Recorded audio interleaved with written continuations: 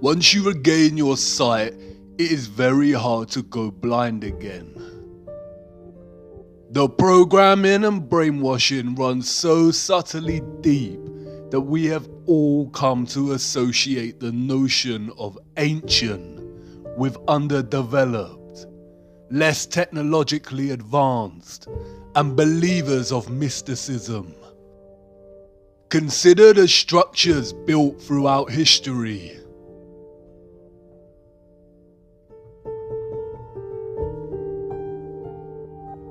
The ancient fortress of Ollantaytambo in Peru.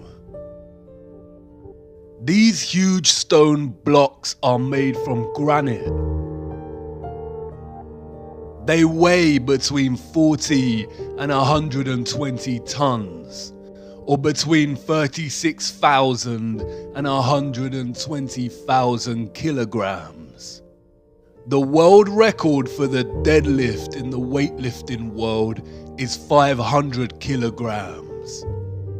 So how did the Incas transport this granite to such a high altitude location? Look at the way the stones fit so neatly together like jigsaw pieces. How did they cut granite with such precision? Look beyond the stones. Who were these gigantic steps made for?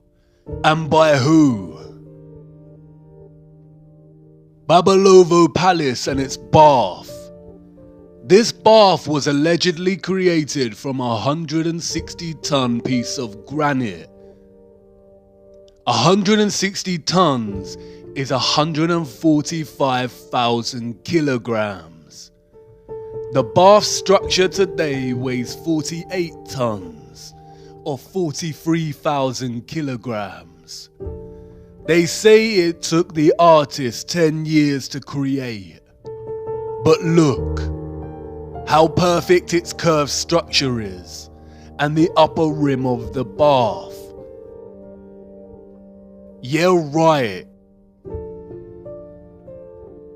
No matter what fabrication they attach to this, creating such a structure by hand is impossible without advanced machinery. Alexandra Column, erected in 1834. The column is a single piece of red granite.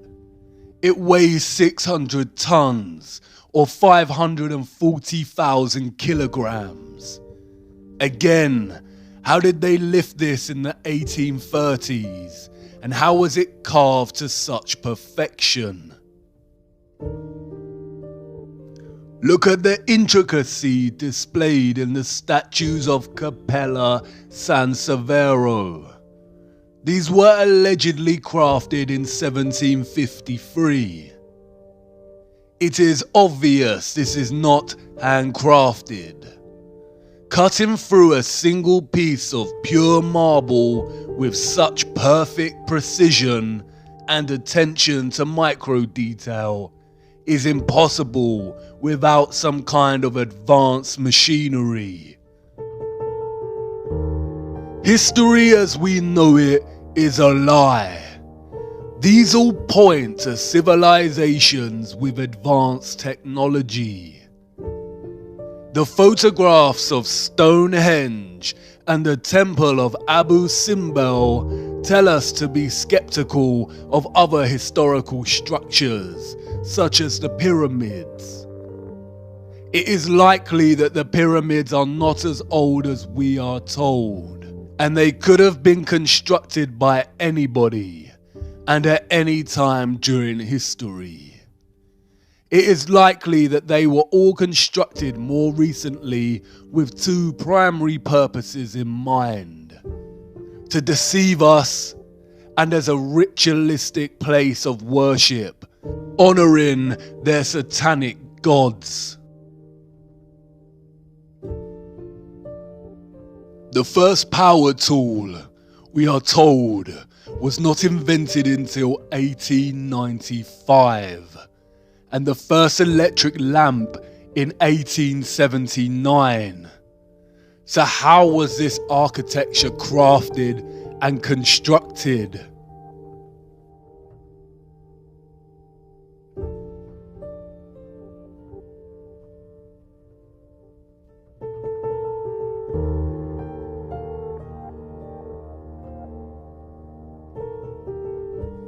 It is so obvious this is not the truth. If you really look at all the cities of the world, you can see their stone structures and design would have actually been impossible if we are to believe the fabricated pre-industrial narrative and timelines.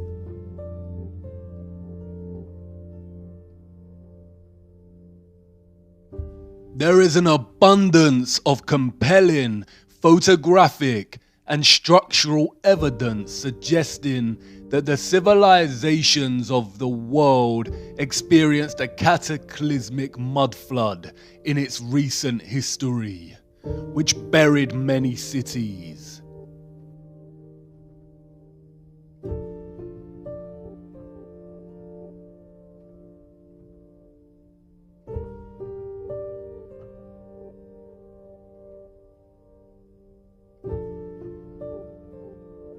Cities with architecture built with advanced technology and that ran on free electricity.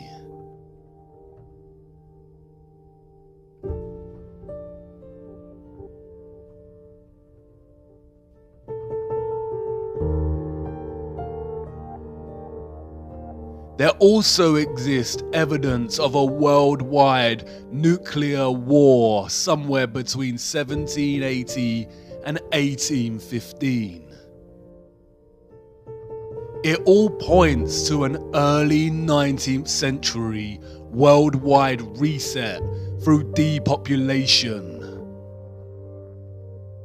We also see old photographs of nigh-on deserted cities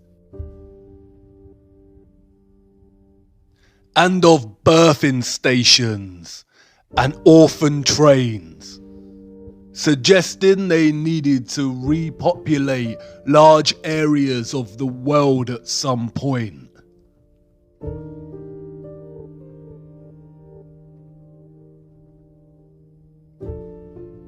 It is likely that a lot of 18th and 19th century culture was designed to program and indoctrinate false history into these children. This is a topic to explore outside of this series, but it all suggests that our history has been heavily edited, timelines distorted and corrupted. The Mandela effect. Why do you think it was so easy for the Rothschilds to rise to power? Were they just really adept at manipulating the financial world? It is very likely that the rise of the Illuminati and the Rothschild banking took place against a different contextual background and much earlier in history. The Napoleonic War is likely a fabrication, and the war in which the Rothschilds came to power was a different kind of war. It is also highly likely that Tesla's story is not entirely true. It seems more accurate that he actually rediscovered free energy, and that's why it was suppressed immediately and not given a chance. It seems very convenient that photography was not officially invented until 1822. Are we advanced today? Yes, we have computers, but look at all the wires. Our infrastructure has not actually progressed. Trains, cars, and planes, in principle, are the same as they were when they were invented. Aesthetics and slight improvements in speed give the illusion of progress. Control and manipulation, both necessary as we advance technologically, because technology exposes their lies. Advanced cameras expose the lies of space. That is why the key methods for discerning truth from lies is to trust our own eyes, senses, and judgment over narrative. There is zero evidence of the heliocentric model on Earth. And to follow the people who run our world, follow the money, follow the bloodlines, follow the symbolism, and follow their fear. When they suppress, when they scream hoax, when they smear, we must dig and examine. The question burns. Who or what cut down our giant trees and mined the earth? And where did all the mined material go? There are a handful of possible conclusions we can draw from studying the geological nature of our flat Earth. The first is that whatever beings mined Earth were undeniably more advanced technologically, industrially, and intelligently than the human species. The second is that they were obviously much larger than us as a species. You could reconcile the possibility that they were humans like us, but just technologically more advanced, and had developed the machines capable of committing such actions. But this is very unlikely.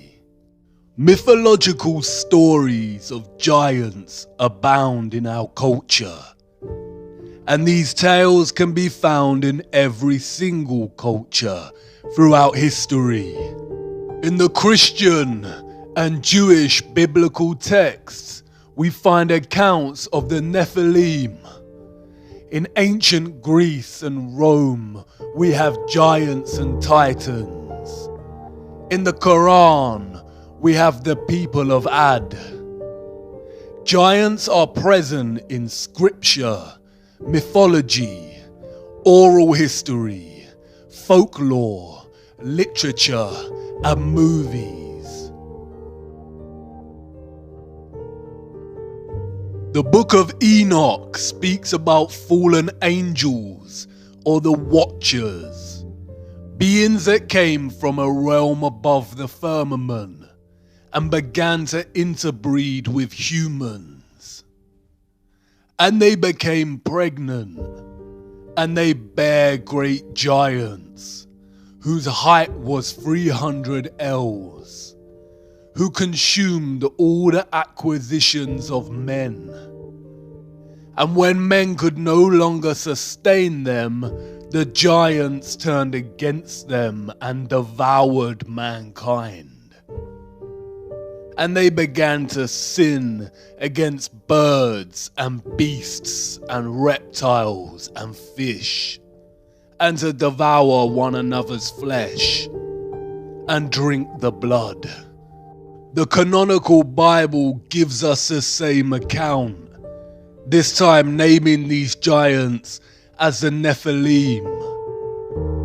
The Nephilim were on the earth in those days and afterward. During that time, the sons of the true God continued to have relations with the daughters of men, and these bore sons to them. They were the mighty ones of old times, the men of fame. The land that we have gone through as spies is a land that devours its inhabitants. And all the people that we saw in it are of great size.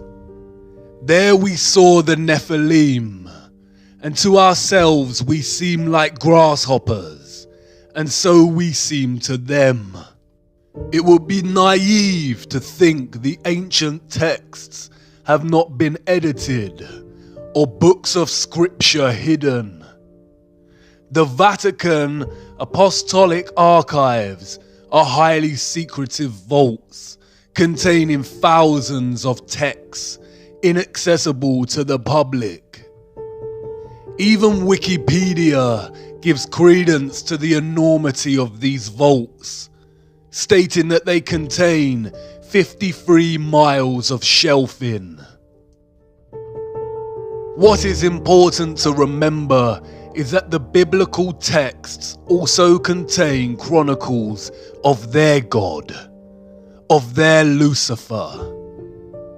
The deeper you travel down the rabbit hole, the more these texts surprisingly align with the reality of our world and offer insight much better than any corrupted field of science. The Nephilim, we are told, were the nuclear weapon of Satan, full of destruction, wickedness, and corruption. They corrupted human genetics and were destroying the earth. The earth also was corrupt before God, and the earth was filled with violence. And God looked upon the earth, and behold, it was corrupt. For all flesh had corrupted his way upon the earth. And God said unto Noah, the end of all flesh is come before me, for the earth is filled with violence through them. And behold, I will destroy them with the earth. And in those days Noah saw the earth, that it had sunk down, and its destruction was near. And all the fountains of the great deep burst forth, and the floodgates of heavens were opened. This is the story of the great flood that God created to rid the earth of the Nephilim and save humanity. Noah survived because he was the only human whose genetics had not been corrupted by the Nephilim. The Great Flood myth can be found throughout all cultures, including Hebrew, Hindu, Babylonian, Norse, Chinese, African, European, Mesoamerican, Mesopotamian, and Australian Aborigine. This is the same satanic method of deception we see with the many names of Lucifer throughout cultures. There is one true historical account of what happened before and during the Great Flood, but the account has been mythologized and fragmented in order to deliberately deceive and confuse. People are less likely to gravitate towards mythology when the scientists are pushing mathematical bamboozlement. The geological and natural world cannot be edited. The truth only suppressed and manipulated through narrative. These wonders provide undeniable evidence of large-scale mining of Earth. They fear us discovering the anomalies, the pieces of history they cannot cover up or overlooked when creating their false narratives. Advanced cameras prove that there is some kind of water surrounding our firmament above, and the tremendous mining of land under the oceans indicate that at some point in our history, the earth was indeed sunk down, and being destroyed by a species much larger than humans. Impact craters are found everywhere. There are 190 spread across Earth. We are told they are caused by debris and meteorites from outer space. But look closer. Any geologist worth their salt would immediately ask the question, where is the remaining meteorite rock? If a meteorite of 160 foot in length crashed into Earth, then where did it go? Of course, they tell us that the meteorite mostly vaporized upon impact due to its speed. The same story over and over again. Claims that no one can actually prove. Continually putting all our faith in the priests of atheism. What are these craters? They do not appear to be quarries. There is no stepped, tiered patterns of barbaric gutting. Perhaps some were old excavation sites. But look closer at the circular, upturned rim of these craters. Now look at another wonder of our world. Geysers.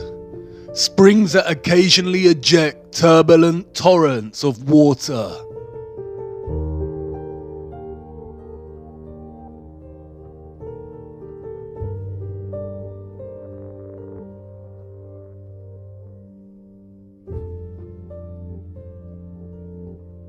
Can you see it? The same upturned edges form from the release of water pressure. There were not oceans on Earth during the Silicon era. It's interesting how some impact craters appear to be flooded, and while others show vegetation growth in the center, most likely from the moisture. As you can see, right in the middle is the opening in which the water comes up from and releases into the air. We can see traces of the old closed opening in the crater.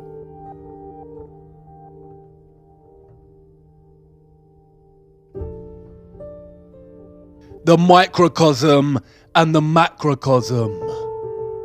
In the biblical model and ancient stories of the Great Flood, the waters came from above as the vaults in the firmament were opened, and from below, from a place called the Great Deep. The Great Deep in the biblical model is not the oceans. The Great Flood rid the world of the Nephilim, and it's possible that it was the waters from the Great Deep that filled the huge excavated land with what's now known today as the oceans. The vast amount of carbon in the atmosphere from the mining then influenced the direction of growth of all the life that followed. There are many recent documented accounts of nations' governments intervening in archaeological digs and discoveries. Many have written extensively about findings that directly contradict the mainstream narrative of humanity's historical geological timeline and challenge the Darwinian narrative of evolution. All figures have been victims of extensive media, governmental and scientific smears, and desperate attempts to debunk and discredit. The scientific priests are always successful in stifling these voices and suppressing their discoveries. One of the most interesting of these figures is Richard J. Dewhurst, whose book, The Ancient Giants Who Ruled America, The Missing Skeletons, and the Great Smithsonian Cover-Up, examines why the various giant skeleton discoveries made by archaeologists were silenced and erased from the official historical narrative.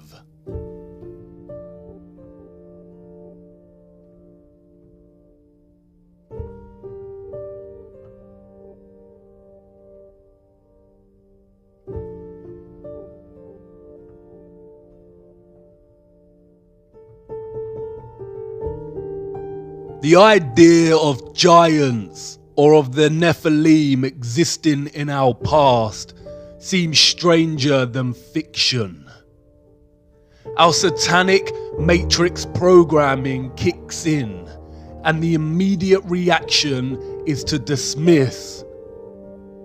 But we have already accepted a very similar natural history, a corrupted half-lie. They've already told us that giants once roamed the earth, but in the form of these. We all know these.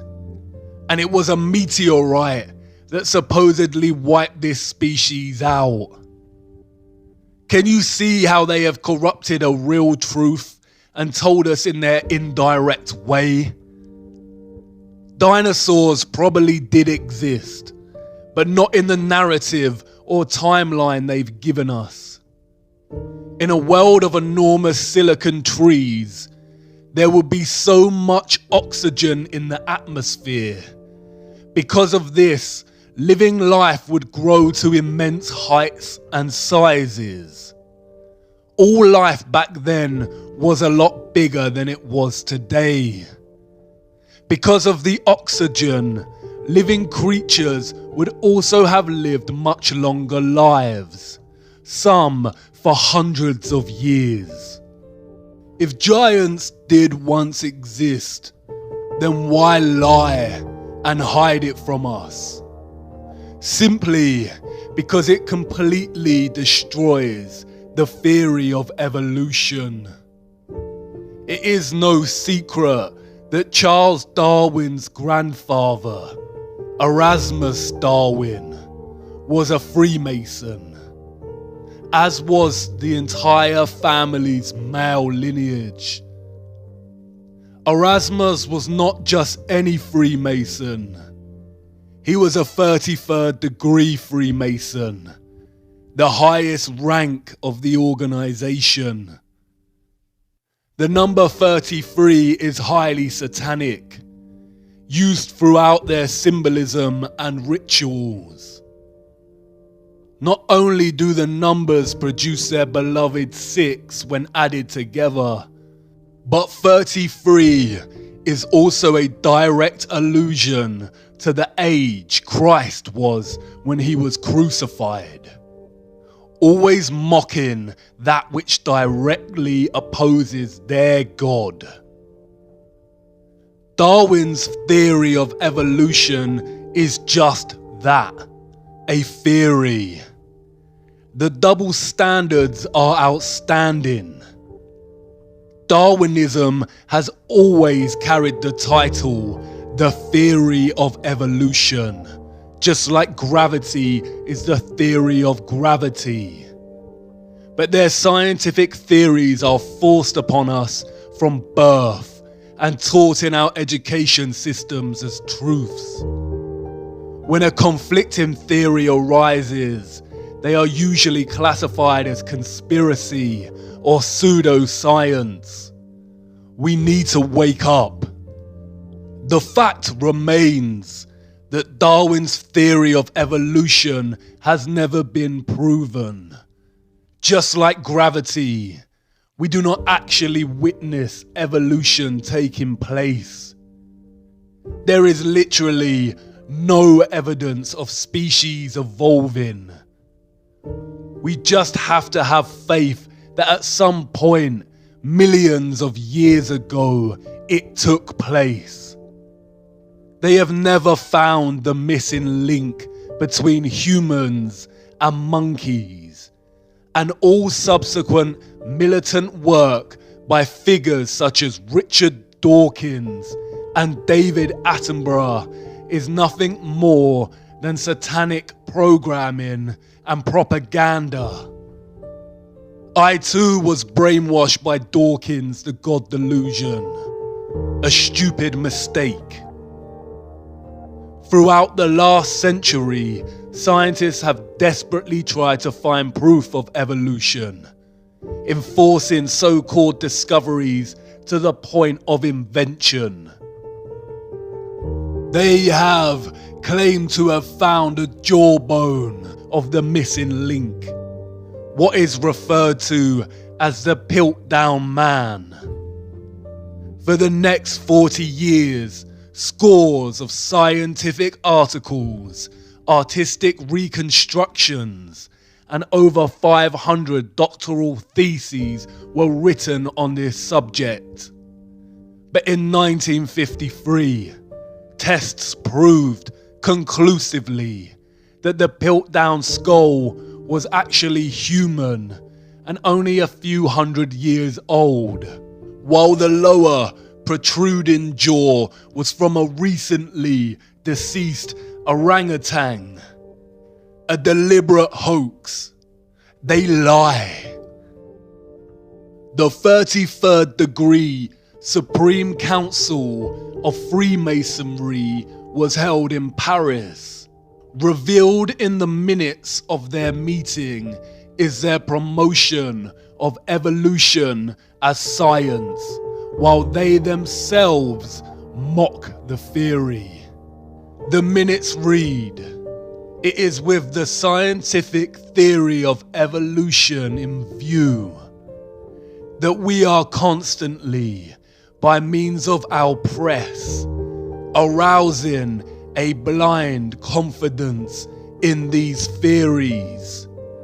The intellectuals will puff themselves up with their knowledge, and without any logical verification of them will put into effect all the information available from science, which our agenteur specialists have cunningly pieced together for the purpose of educating their minds in the direction we want.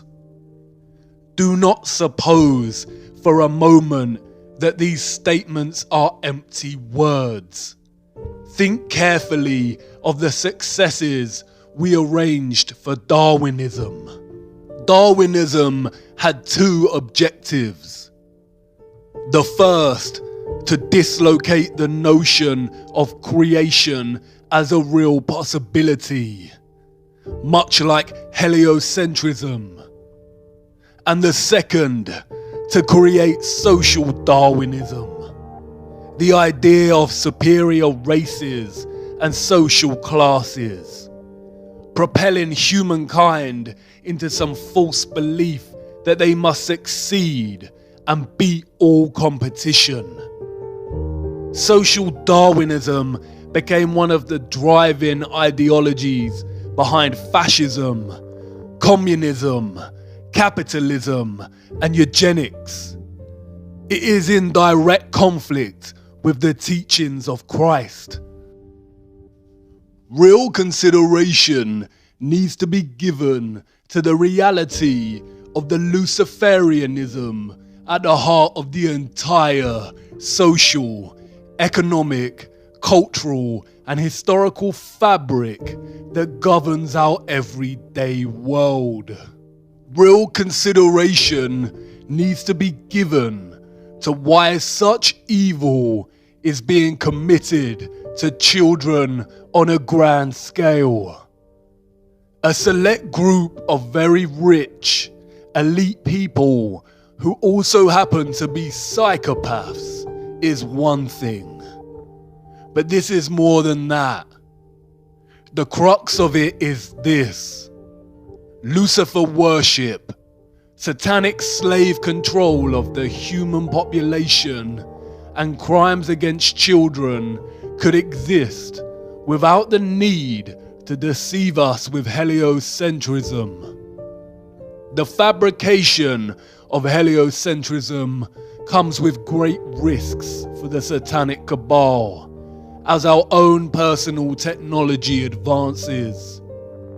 People are waking up and questioning the narrative. The spell that they cast over us years ago is slightly losing its grip. They are hiding something. Perhaps the source of good, a creator, prophecy, of a land. We are their slaves.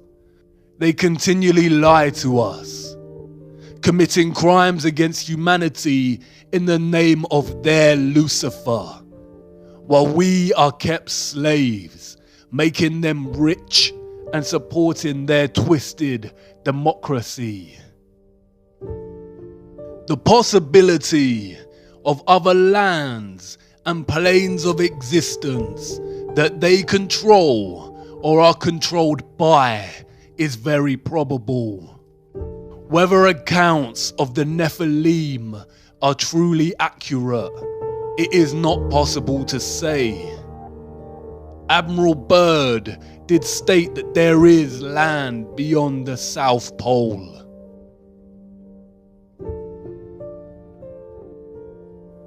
Old maps written off as a hoax or inaccurate show other land, extra territory. The vast amount of material mined from Earth and our old gigantic trees had to go somewhere. It is very possible that they have discovered a way out of the firmament at Antarctica and are able to leave. It's also possible that there are other concentric ice walls, and Antarctica is just the first one, and the foundations of the firmament lie way beyond. But there is a problem. They can only traverse this plane. They have never been able to go above or below, and that is their goal.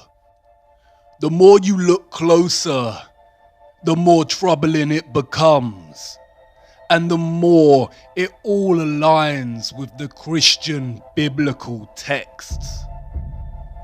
Ye are of your father the devil, and the lusts of your father ye will do. He was a murderer from the beginning, and abode not in the truth, because there is no truth in him. When he speaketh a lie, he speaketh of his own, for he is a liar, and the father of it. Lucifer has always been clear on his ultimate goal.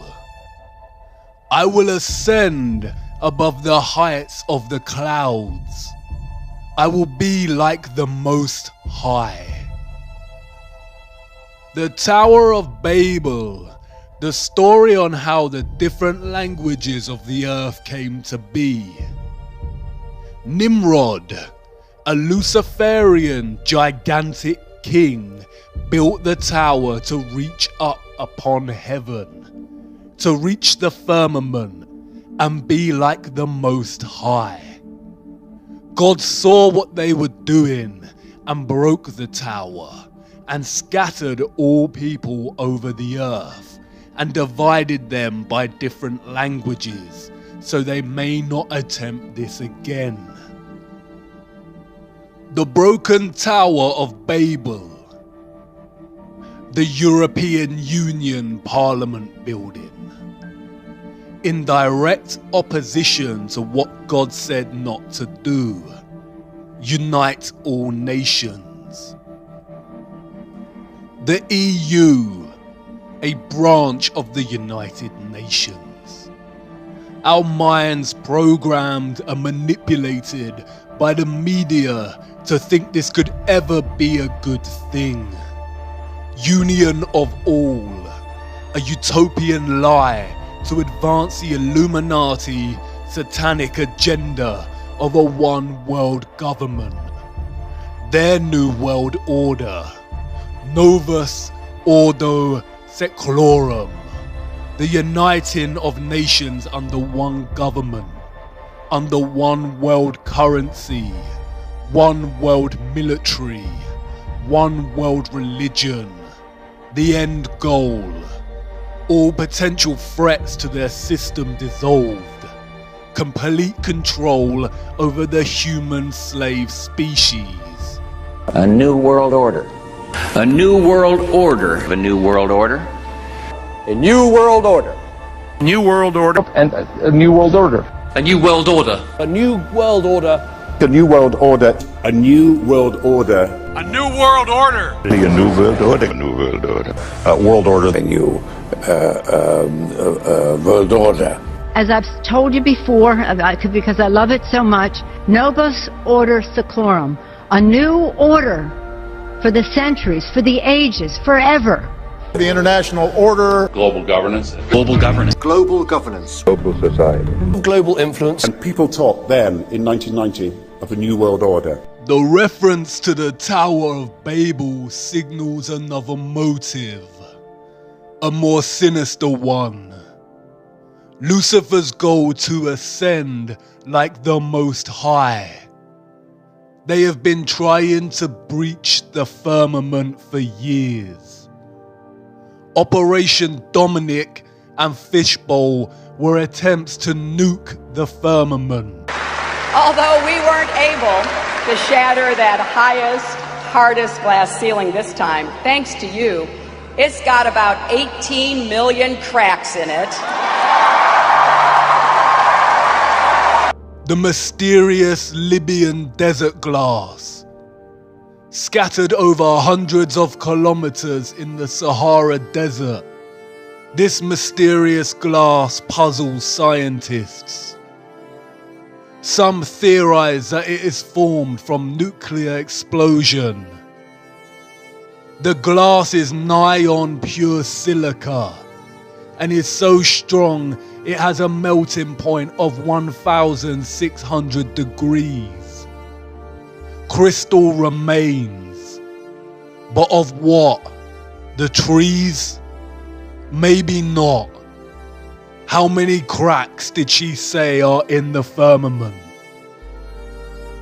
This didn't always share the same name with a chocolate bar. Those before us called it the Great Rift. The ancient Greeks said it was a great path of destruction left by Phaeton, who tried to guide the chariot of Helios, the sun god, across the sky and lost control before being struck down by Zeus's lightning.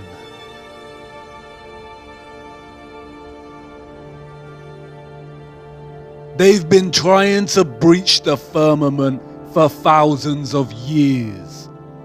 The Great Rift, the scarring of their barbaric failed attempts. Glass of pure silica, a silicon dome, a semiconductor separated by the waters, the electrical conductors, powering the luminaries through vibrational electromagnetic energy. They use quantum physics to articulate the properties of semiconductors. They call it the crystal lattice, the description of atoms, ions, and molecules in crystalline matter. Look at a crystalline lattice. Hexagons. Look at the atomic structure of the lattice, the hexagon and the cube.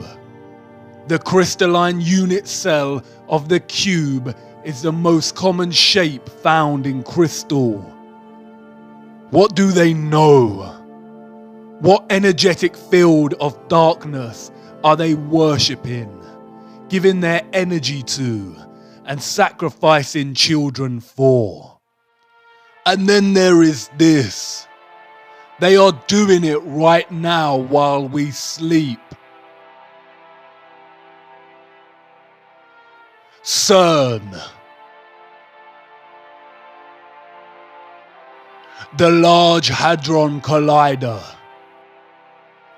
This is the world's largest and highest energy particle collider, and the largest machine in the world. They are in search of the Higgs boson particle to prove the Big Bang and to understand the nature of dark matter and black holes. All lies. Look at CERN's logo. 666. Do you remember the ritual that was filmed at CERN, located on the border of France and Switzerland? Shiva the Destroyer. The same symbol adorns the boardroom of the World Health Organization. The World Wide Web was invented here at CERN. 666. Look at the dance opera they put on to celebrate the opening of this.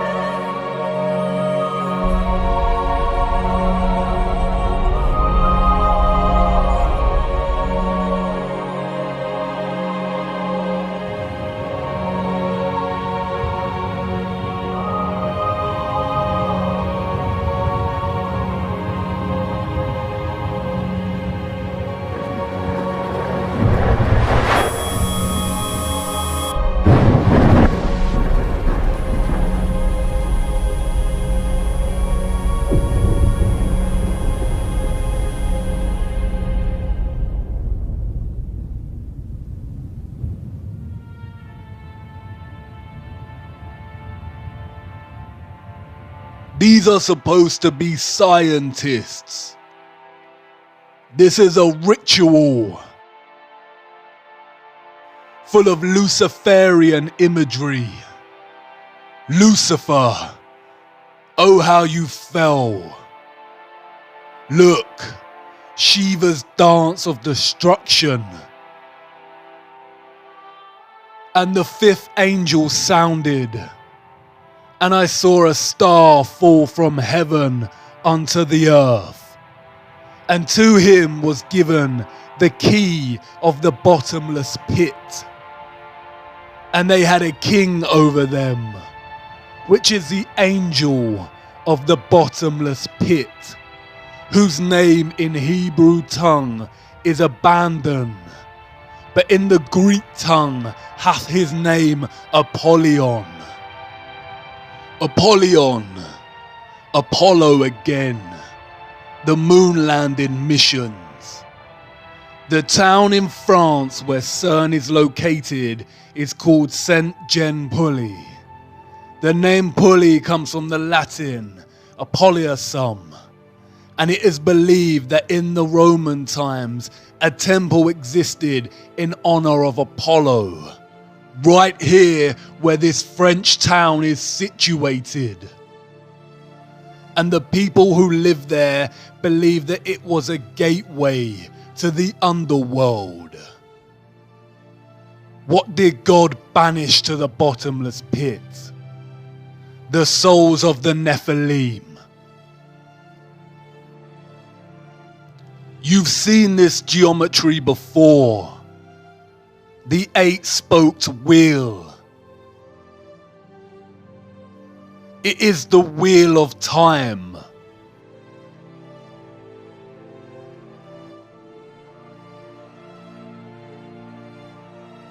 Controlling and distorting time and space. They are openly telling us what they are doing. The key to the bottomless pit.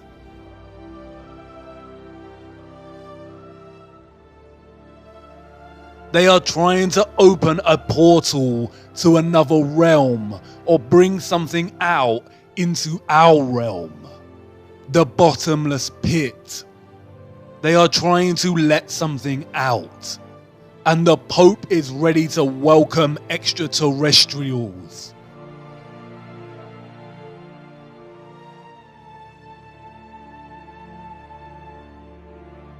The sculpture in the Vatican is called Resurrection. Does this look like Christ to you? They are trying to resurrect something, but it is not Christ, and they are not aliens. The whole alien deception has been programming us from the beginning to accept something other.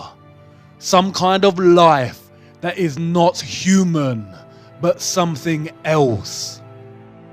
Look at the satanic symbolism at the ceremony dedicated to the opening of the Gotthard Tunnel in Switzerland. This was put on by CERN.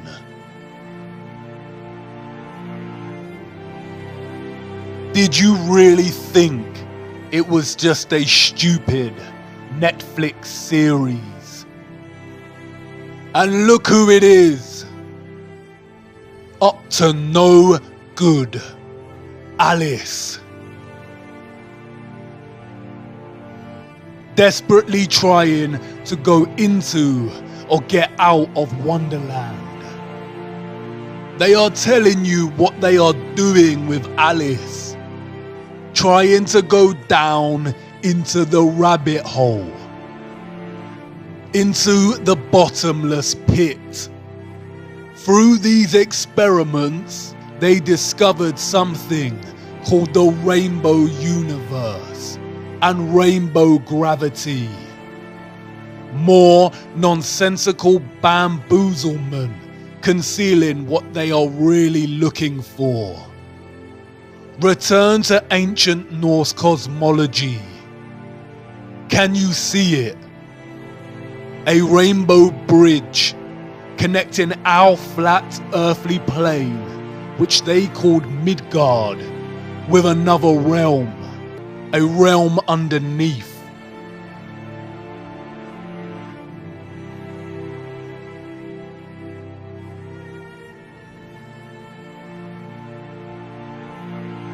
You did not notice the enormous trees before, did you? Heed it now.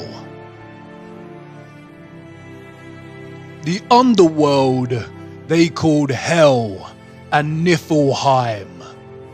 Niflheim is very similar to the word Nephilim. Hell is the same biblical hell, or what the ancient text called Sheol.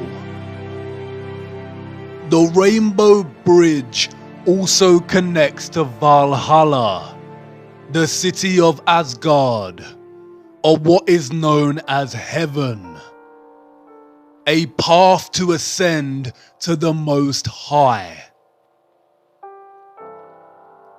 It doesn't matter if you cannot move beyond your programming to conceive this as a real possibility. It doesn't matter if you believe in it. What matters is that they do believe in it, and they rule and own you. Stranger than fiction, a paradox. The deeper down the rabbit hole, the more upside down everything becomes, and yet it all starts to make sense. Do you understand the enormity of their lies? The human slaves of Earth, being fooled into thinking they are a random product of coincidence on a lonely rock. Learning this at such a young age and never giving it another thought. Fed to the brim with Hollywood fantasy movies, so the actual world lost its colour. Their spirituality denied, the truth of good and evil denied, any chance of living a life of righteousness replaced with the satanic worship of materialism and debased Darwinism, and all the while their masters, the cult leaders, are desperately trying to bridge realms and ascend from this plane to the Most High. What will it take to wake humanity? While they are sleeping, this is happening. The tower is being rebuilt, and the little freedom we had to begin with is vanishing. The dawn of their new world order is coming.